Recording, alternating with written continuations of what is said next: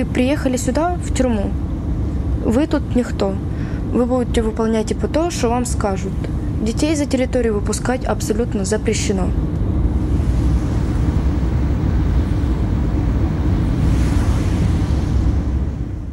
Кажуть, це вам не Україна, типу, в Росії другі правила. А так часто роблять там, так? Ну да, потому що...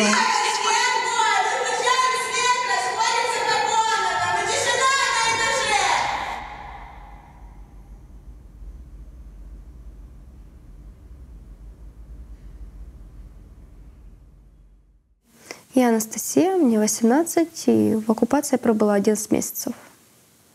Я Маша, мне 17, я в оккупации пробыла 11 месяцев. Я училась в професійно-аграрному ліцеї на повара. Мене все устраювало. Спочатку не знала, на кого йти вчитися. Я хотіла на поліцейського, но папа сказав, нет, ідеш на повара. І я пішла на повара учиться офіціантом. Ну, получается, знакомы мы с самого детства, потому что у нас, получается, мы поначалу учились в одной школе. Потім вона переїхала до мене в Херсон, і ми 4 місяці от вместе живемо, нікуди не розлучались.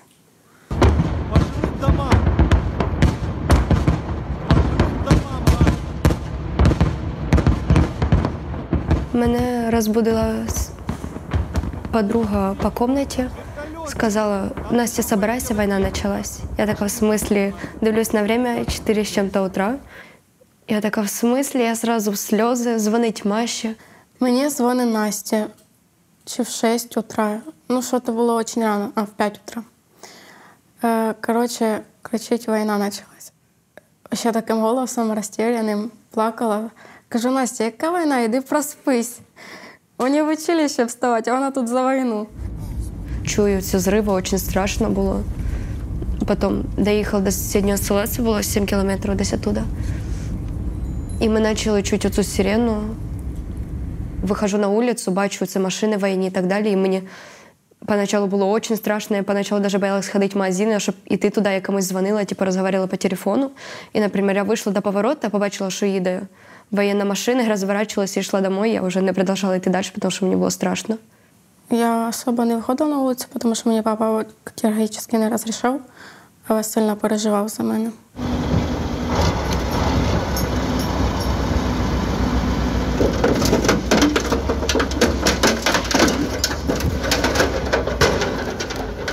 І нам позвонила учительниця, типа сказала, є поїздка в Крим на 2 недели. Ну, ми з Настю согласились. Ми просто подумали, зараз поїдемо на 2 недели, типу, подивимося, типу, там красиво розказували і так далі. Ну, поїхали, подивилися. Ні, мама, папа не знали. За мене писала сестра довіреність, типа, замість мами. На мамині дані писала, там все.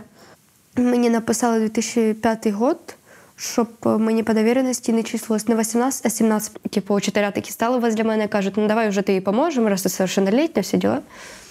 І мені якась жінка записала свої дані паспорта, типу я все ім'я мами, не написала свої дані, вона сама свої написала паспорта. Получається, нас обманули, вони з самого початку знали, що ми їдемо не на 2 недели.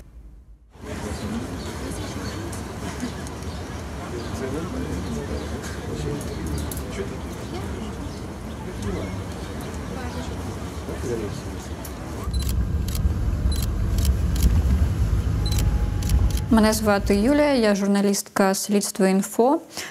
Після повномасштабного вторгнення Росії я почала займатися розслідуваннями воєнних злочинів. Здебільшого працюю на півдні України. Під час своїх поїздок по прифронтовим і деокупованим територіям Миколаївщини я почала дізнаватись, що окупанти масово вивозять дітей на контрольовані нею території. Дорога 9 часов длилась.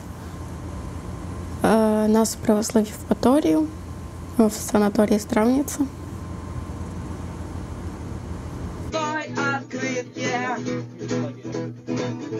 Ну там, в принципі, було все більш-менш нормально, но якщо б ми були там 2 недели, нас би відвезли.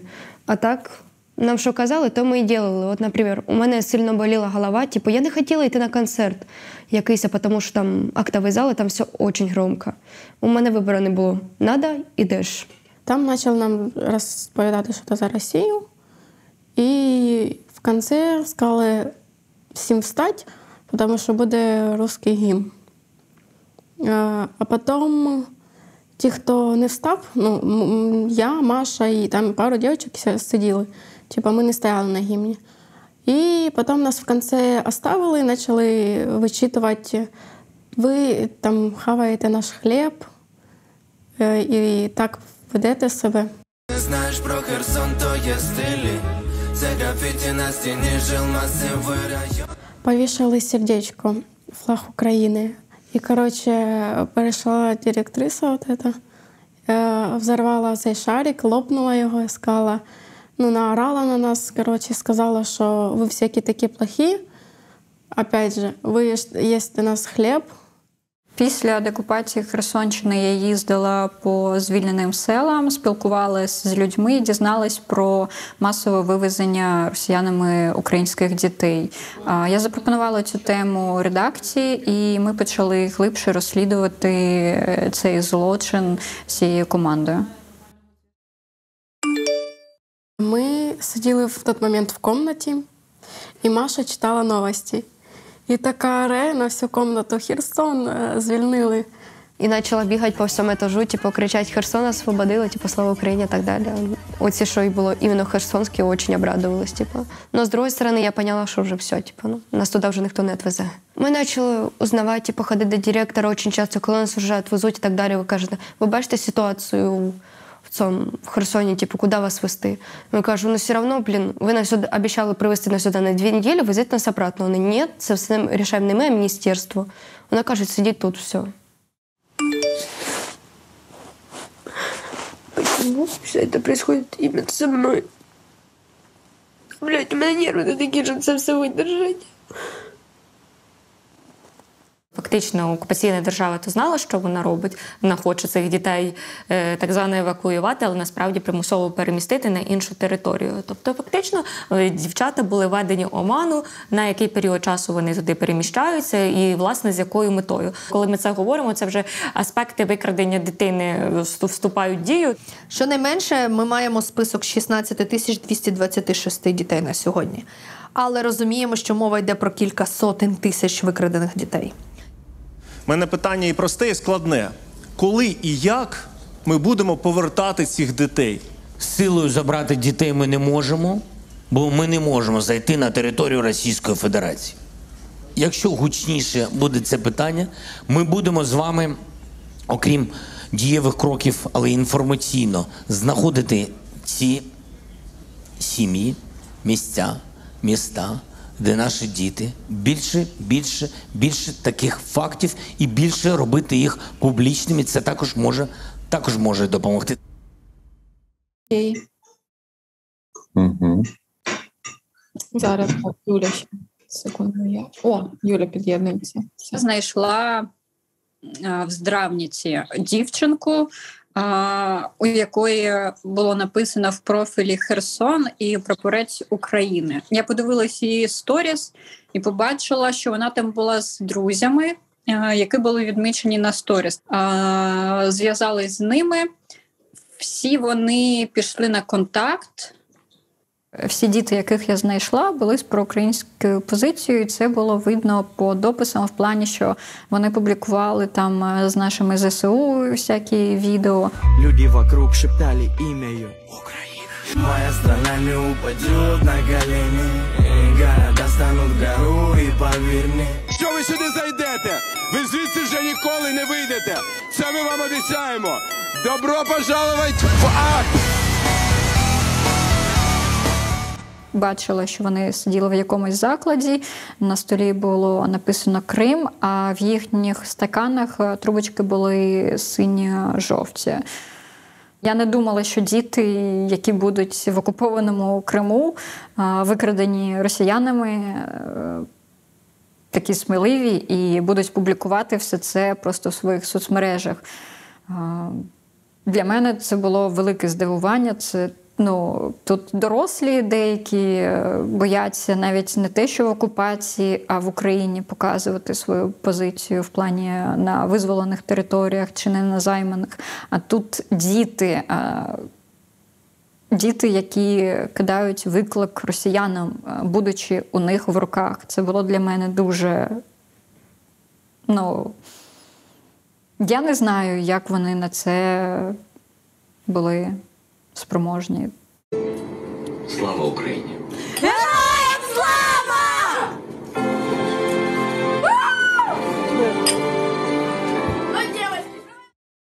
Юля, а ти з тими дітьми спілкуєшся через Інстаграм, да, їхній? Так, я їх прошу видати повідомлення після спілкування. Але ти зберігаєш їх? Так, я все зберігаю, звісно. Это последний день, последние минуты, точнее, мы тут в комнате. Нам дзвонять, говорять, що ви їдете в Генічеськ. Даже не спрашивали, хочемо ми туди їхати или нет.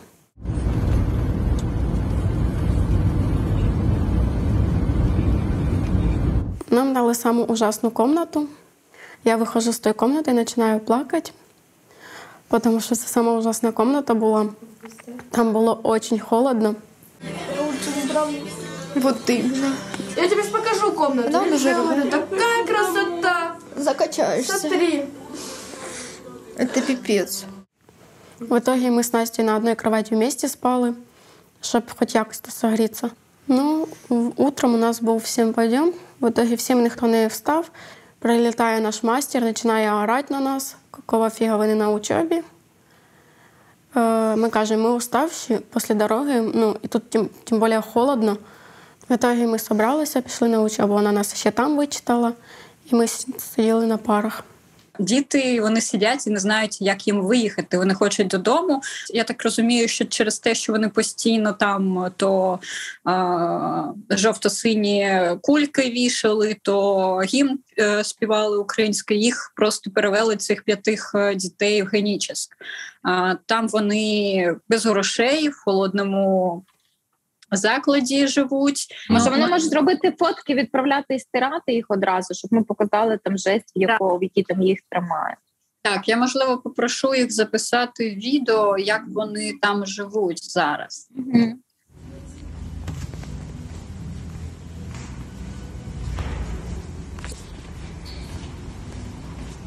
В комнатах очень холодно, общежитие не отапливается. На комнату выдали камин, но он полностью комнату не нагревает. Плюс, когда мы уходим на учебу, его нужно выключать.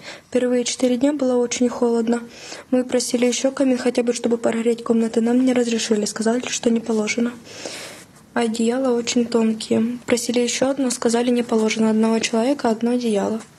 И еще окна продувают, поэтому, когда мы приходим после учебы, комнаты остывают.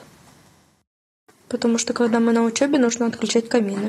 Двери изнутри закрывать запрещено, нас постоянно за это орут. И если их не закрывать на замок, то они плотно сами не закрываются, и из коридора идет холод. Знімала в основному відео Настя, і ми знімали тоді, коли нікого нету. Или в общаге, или вообще там. И снимали мы аккуратно, типа, если кто-то что-то спрашивает, мы попросила родителей скинуть видео. И мы скидывали, типа, родителям. Душ включают раз в неделю. И крайне редко. Часто жалуємося на те, що тут погано кормлять, на условия, що холодно і так далі, типу. І вони починають нам казати, типу, що скажіть спасибо, що ви хоч тут, тому що в другому случае ви б могли оказатися на вулиці вообще. Почала казати, що Росія вся така офігенна. При Україні тут не було ні отоплення, нічого. Типу кажуть, от скажіть спасибо, що зараз, коли прийшла Росія, у вас отоплення є хоча б не в общежитті, хоча б в училище. Почала казати, що при Україні взагалі такого нічого не було.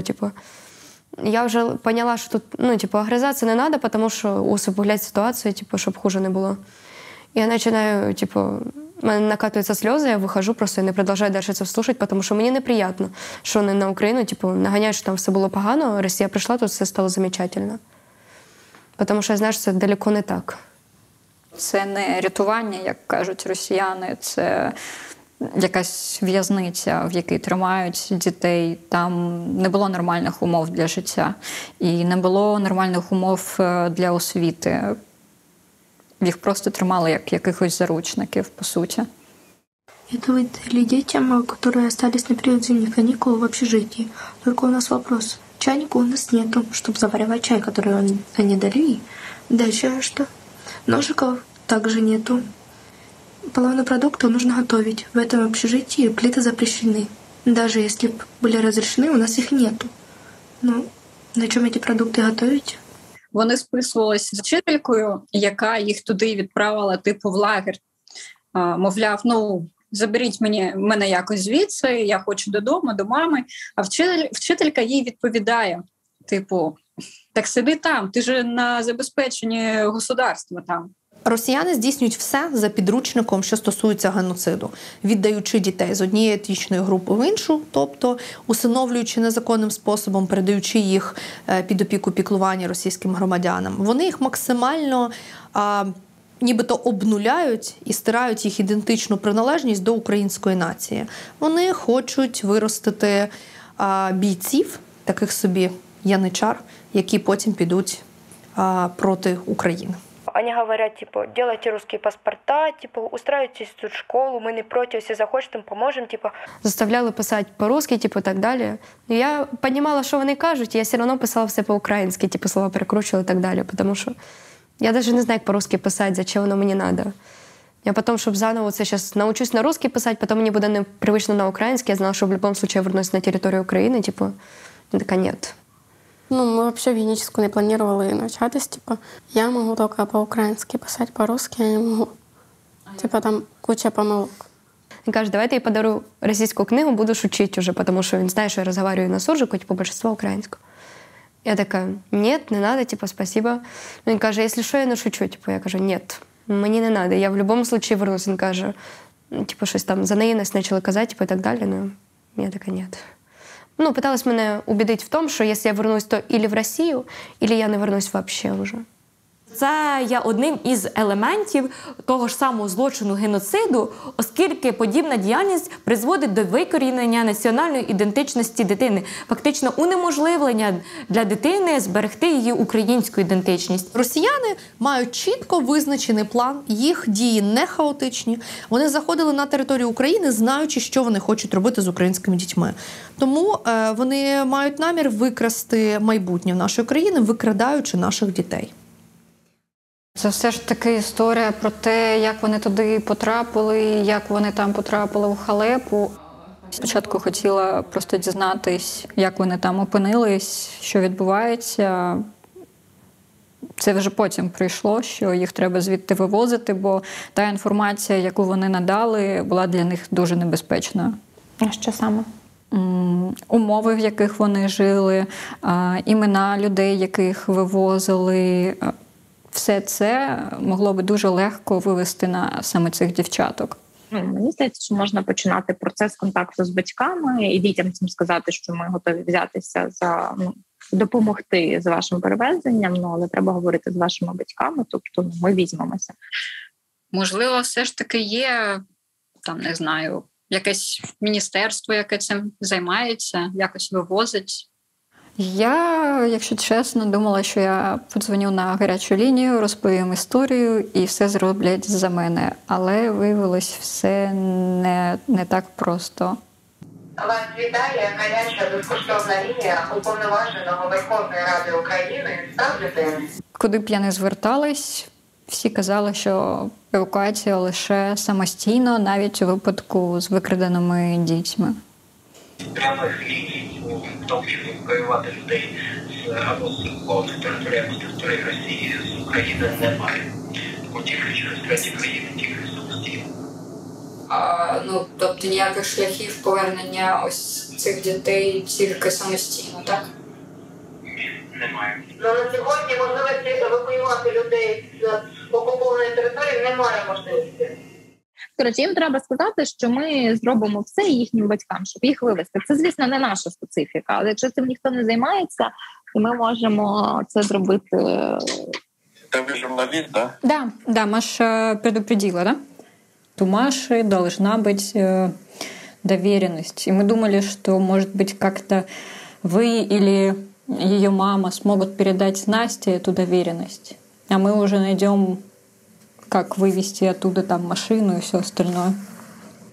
Так что тут я не знаю ситуацию. Как в этой ситуации даже поступить? Через Россию, через эту всю забирать ее? Ну, напишу я доверенность, допустим, да?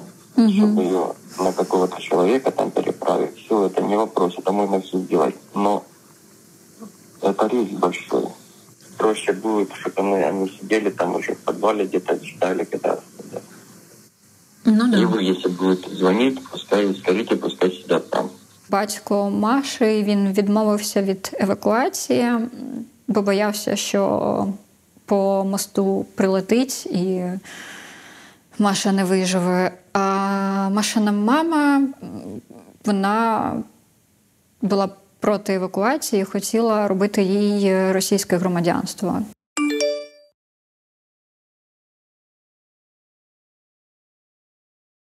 Комендантша сказала, вызовы военную комендатуру. Вот. Я думала, полиция, там она, короче, словоться. І, типу, і вона ще пару днів назад нам на собранні сиділа. Я думала, це якось, типу, ну, неізвісно, типу, куди вивозили пацанов і так далі. А вона каже, типу, ви обратіться до мальчиків, що це, оказується, всі знають, типу, що вивозять, типу, і збивають в ямі.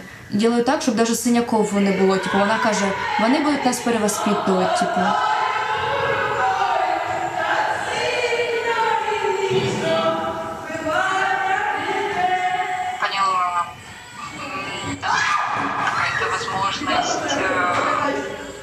Чтобы поговорить с этой комендантшей, чтобы она никого не вызывала, уже нет. Дівчатки, закрили рти! Я не знаю, блін, вона взагалі якась з самого початку, типу, якось до нас так усе якось відносилась. Зараз з нею розмовляти безполезно. А рядом? Там ситуація така, що дівчатка сьогодні телефонували. Вони сказали, що в них виникла така проблема, що їх викликала директорка цього ПТУ, де вони зараз числяться. Вона звідкись знала, що вони хочуть евакуюватись, і йому сказала, що ну там в цієї 18-річної це вийде, а в цієї 17-річної це не вийде.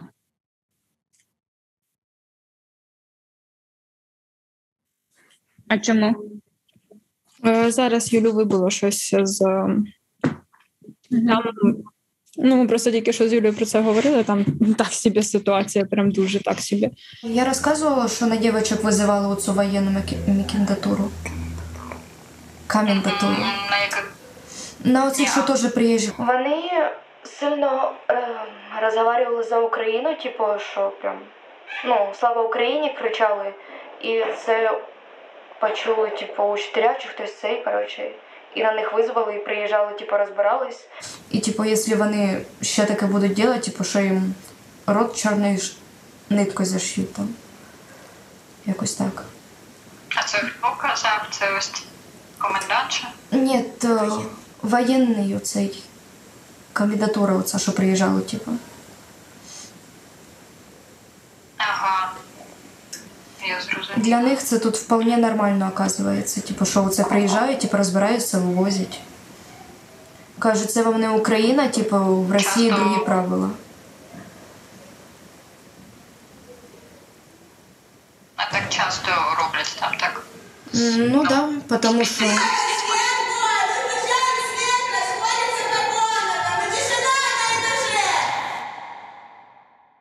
Нам зараз треба прийняти важливе рішення, від якого буде залежати доля цієї 17-річної дівчинки. Якщо, умовно кажучи, спалять цю ситуацію, їй просто буде фігово там дуже. Ну і типу, тому вивести її треба якнайшвидше, щоб з нею все було хорошо. Тобто, якщо ми тебе привеземо до папи, він не скаже тобі повертайся назад, він тебе тут прийме. Да, він забере мене. А в тебе тут є взагалі якісь родичі? Так. Ну, тобто тобі є куди Да, приїхати, де жити. Ага. Ну, типу, я думала, можливо, поспілкуватися з, умовно кажучи, українськими правозахисниками або якимись, ну, от є ще ця організація Save Ukraine, це суто українці, вони не працюють з росіянами, вони типа теж кажуть, що вони вивозять дітей. Що робити дітям, в кого батьки не хочуть їх забирати? Ну, от, все? Наприклад, якщо батьки не хочуть, ми ніяк не можемо впливати на цю ситуацію. Зрозуміла. Ну, типа, ніяк. І так тяжко вони віддають, коли батьки приїжджають, а якщо батьки не хочуть і не розмовляють, ну, вони ніяк не віддають. Добре, а якщо ця дівчинка спробує, ну, грубо кажучи, втекти, 17-річна, да, з табору, їй це вдасться, чи вона може тоді там доєднатися до групи і виїхати? Так, я розумію. Головне, щоб керівництво табору її не подала в розшук. А як це відбувається? Вони можуть подати в розшук. І тоді на кордоні її дані світяться в розшуку, і її не пропустять. Угу. Розумієте? А скоріше вони так і роблять. Дитина пропала, вони чистяться. Ну, це ж величезне. Вони поки доїдуть до контрольно-пропускного пункту, ну, ось. Скоріше так і зроблять. Вони подадуть в розшук. І їй будуть дані світитися. У який момент вашого спілкування ви вже вирішили, що настав момент організовувати виїзд?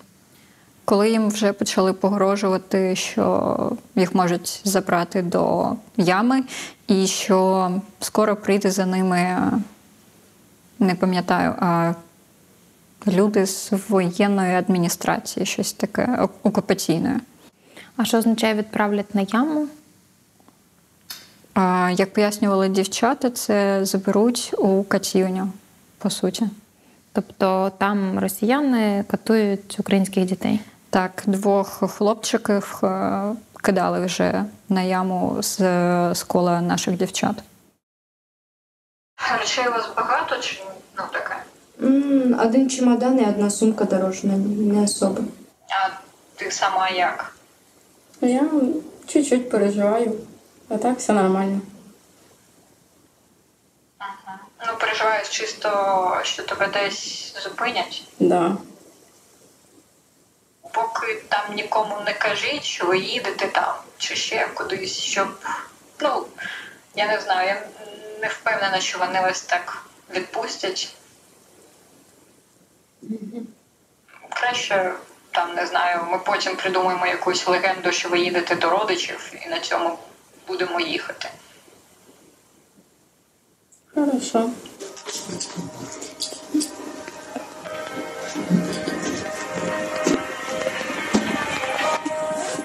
Тоді я вирішила, що я буду сама ризикувати, вивозити, поки списки не з'явились на кордоні з дівчатами нашими.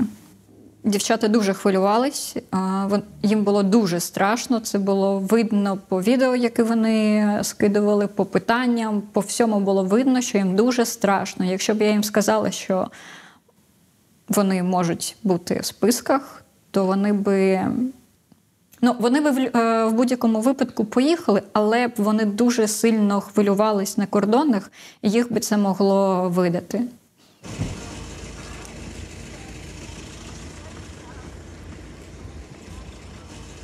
Ми спочатку придумали, що в мене є брат. Він живе в Санкт-Петербургі там. Настя, куди ми їдемо? На свадьбу. И шампанское вообще. Какая бухта. Ну да ладно. Зато я наконец-то хоть раз в жизни побачу твоего брата. Да. Ты что, я так его давно не красивенько? И невесту увидеть. Ты что? Ну, невеста таке. Головне, що твого брата побачив. Просто сьогодні був дуже нервовий день, і все зривалось, потім не зривалось, зривалось, не зривалось, зривалось, не зривалось. Тобі треба якась допомога на цьому етапі, що від нас? Ні, просто зараз мені напишуть, що вони сіли на ще один автобус, я закинув гроші, а там далі все ми обговорили, і вони знають, що робити Тут 50/50. Або вони пропустять її, або будуть вважати, що вона як з пропискою херсонською вже належить їм і не випустять. Я знаю, що я на грані вже нервового зриву, і в мене вже ця історія ось тут. Я думаю, тупо вже не можу, якщо чесно, обговорювати це.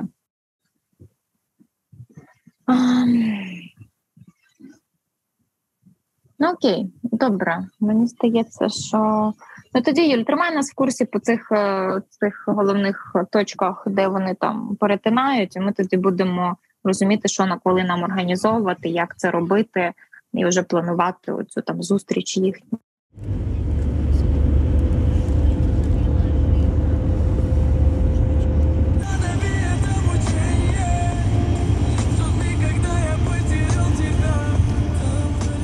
Вони записали мене як тьотя Юля, і ми спілкувалися з ними за легендою, в плані, що вони їдуть там до мене, і спілкувалися як зі своєю тіткою. На кожному кордоні, кожному перевірочному пункту вони мені відписували, що вони його пройшли.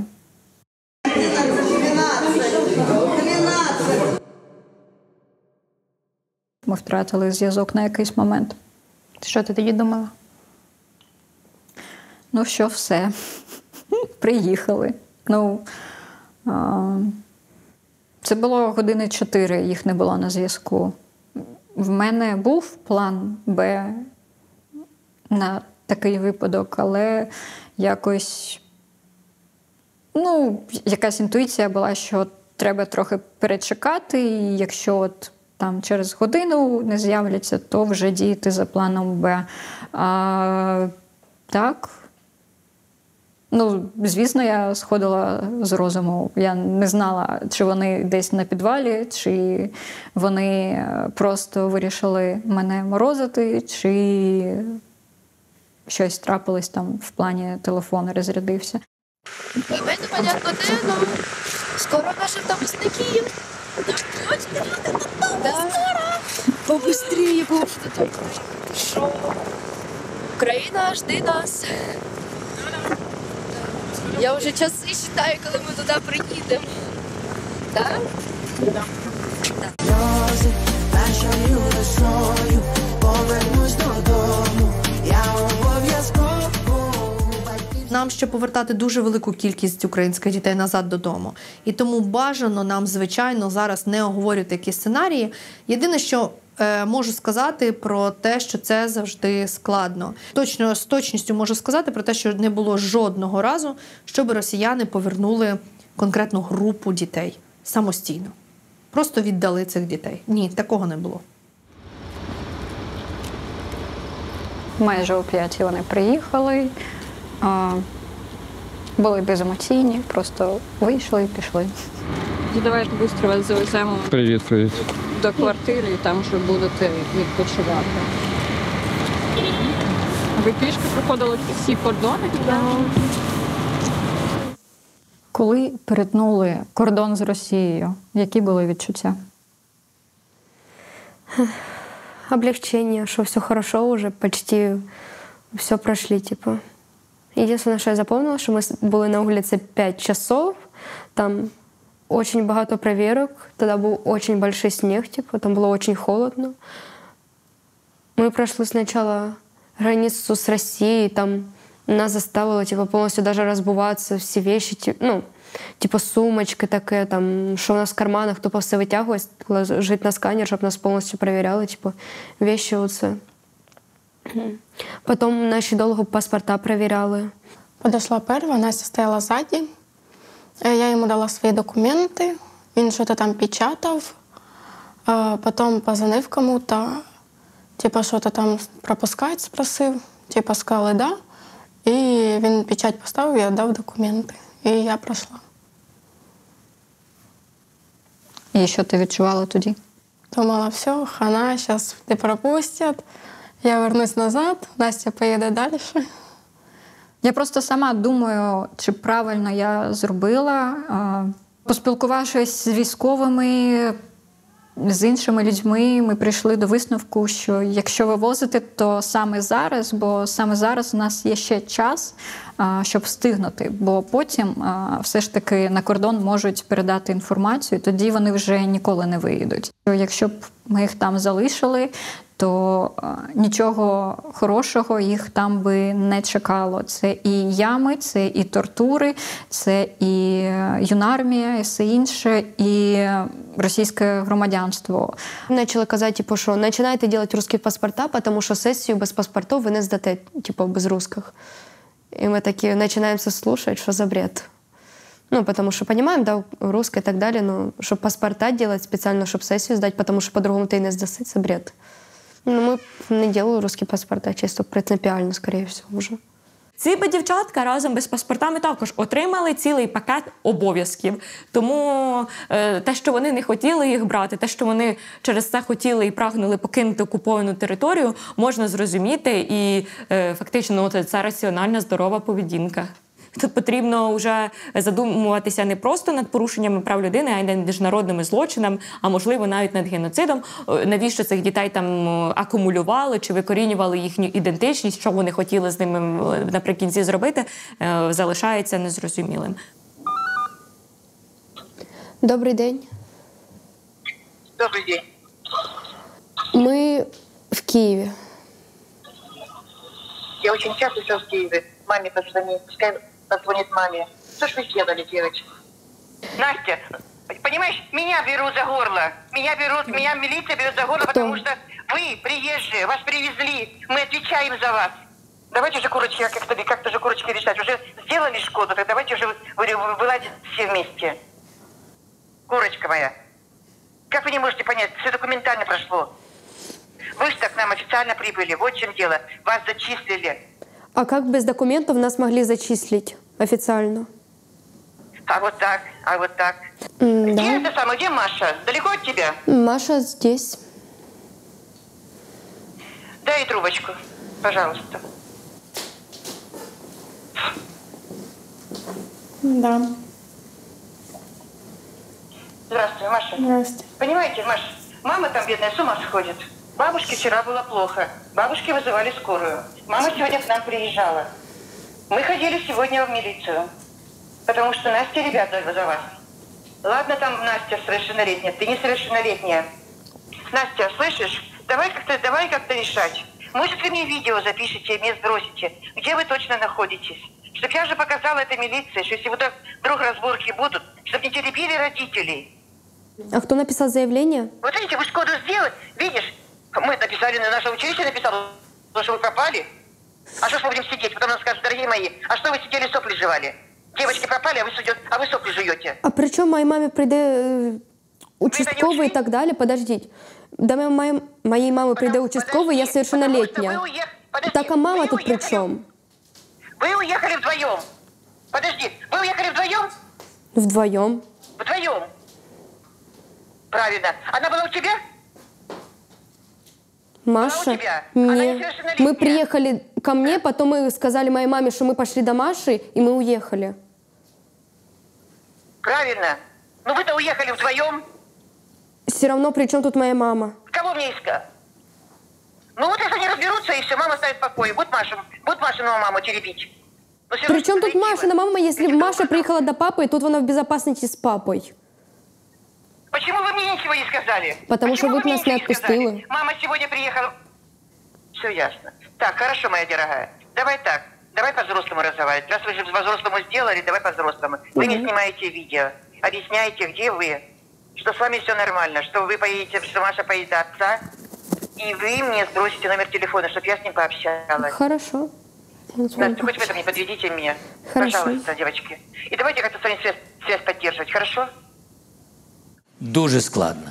Вони вважають, що вони нікого не вкрали. Вони вважають, що вони зробили прихисток дітям, які бігли від нацистів. Ну, ви розумієте? Ну, тобто, ось так. А вже ж це буде вирішено. Діти все одно повернуться. Так чи інше, буде відповідальність за це. У вас есть предложение, да, по до предания. Наши российские граждане, они, конечно, с большим сердцем и, в общем, уже выстроились в очередь брать детей. Очень хорошо. И вот, если вы позволите, я бы продолжила эту работу. Мы сейчас сформировали реестр уже из тех, у кого есть документы, и кого-то, может быть, на временное размещение, кого-то с российским гражданством можно было бы уже устраивать. Да почему только с российским? С любым гражданством.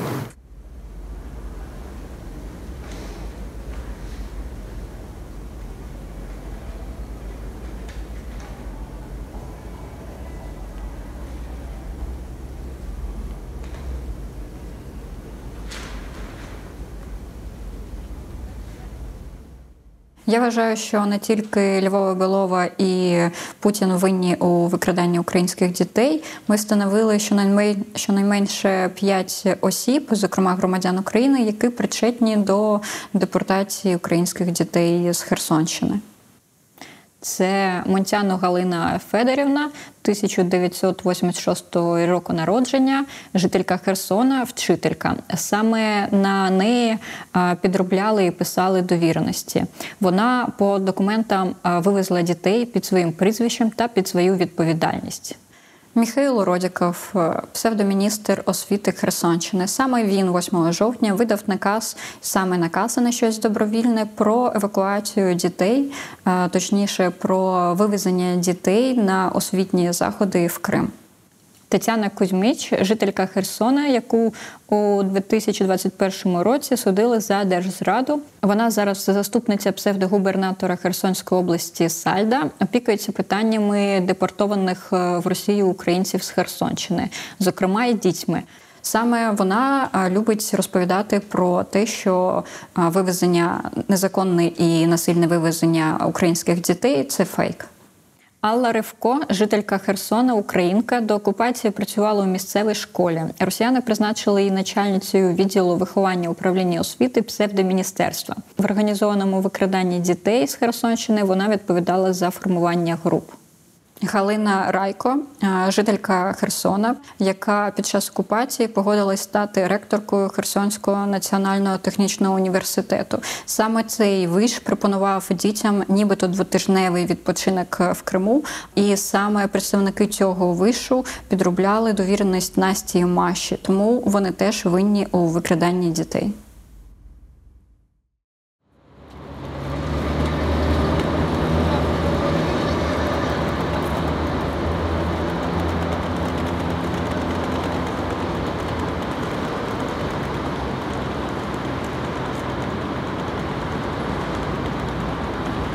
Юля очень хорошая. Буде нашей второй мамой. Третій. Юля. Короче, не забувай нас. Надеюсь, ты все-таки одумаешься и удочеришь нас. Согласна. Мы, короче, по домам. Я до папы, а Настя... Ну, Настя остается в Киеве. Так, мы приезжаем.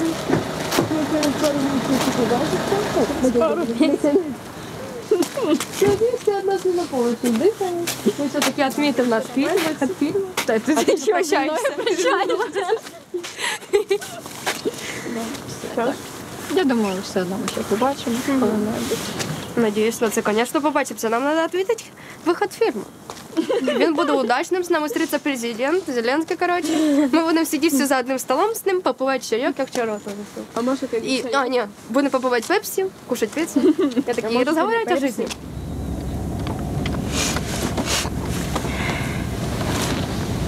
Як відчуття, Маш? Та ніяк. Що там буде? Як без Насті буду я? Це капець. Просто. Мы привыкли всегда вместе, везде вместе, и тут-то все. Алло, пап. Мы уже едем. Ну, только что вот едем.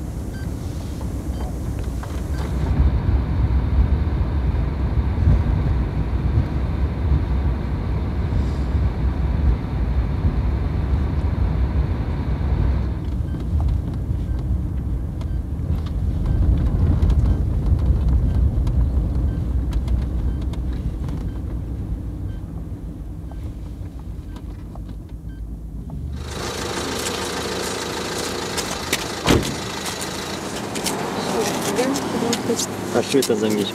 День рождения. Спасибо вам большое. Спасибо, рад был. Меня Виталия зовут, Машин папа.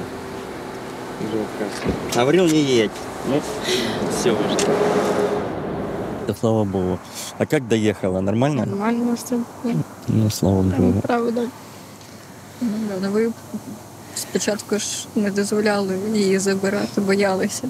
Да, я боялся, как она будет вот это переезжать через это все. Это ж там, не дай бог, Крым, может, это взорвут еще раз, потому что должен он по-любому упасть этот мост. Не сегодня, не завтра. И как там, что оно будет, тем более, не знаю, недоверенности, ничего нема. Там же... А вам телефонували ті вчителя, колаборанти? Нет. Там, где она училась? Ну, в Геническом. Нет, я сам зателефоновал ей. А вчера, да, вчера она телефоновала мне. Она мне вчера позвонила, говорит, пускай мне Маша напишет заявление. Бо Даша уже отправила заявление, а Маши еще нет. Я говорю, хорошо, сейчас позвоню, скажу. И она говорит, потому что мама приедет забирать вещи ее, мне надо заявление, то есть все. Я говорю, хорошо. Ты написала? Да. Там можно было и не писать, то уже... Эта учительница, как я с ней разговаривал, она мне начинает рассказывать, типа, что вот она самовольно уехала, то все, я покинула учебу. Я говорю, она учится в Херсоне. Училась и учится, и все документы ее там. А то, что вы мне будете рассказывать, что ну, давайте за политику не будем, там, то все, он начал мне рассказывать. Я говорю, я знаю, как вы не будете, блин. Эти убивают детей, людей, женщин, блин, беременных, а вы за политику не будем, блин. Толком так и не поговорили, как я вот трубку положил потом. Это смисл з нею розмовляти, якщо вони вже такі є з роду, то вони такими і будуть.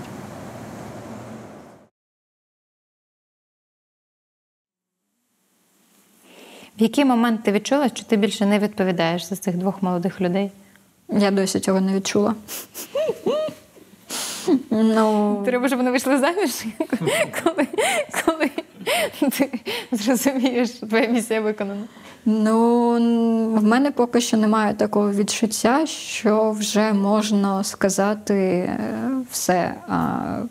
Ну, не хочеться, як росіяни вивезли, чисто вивезли. Хочеться поставити точку. Точка для мене, коли вони зможуть повернутися в Херсон. Тобто, по суті, коли закінчиться війна.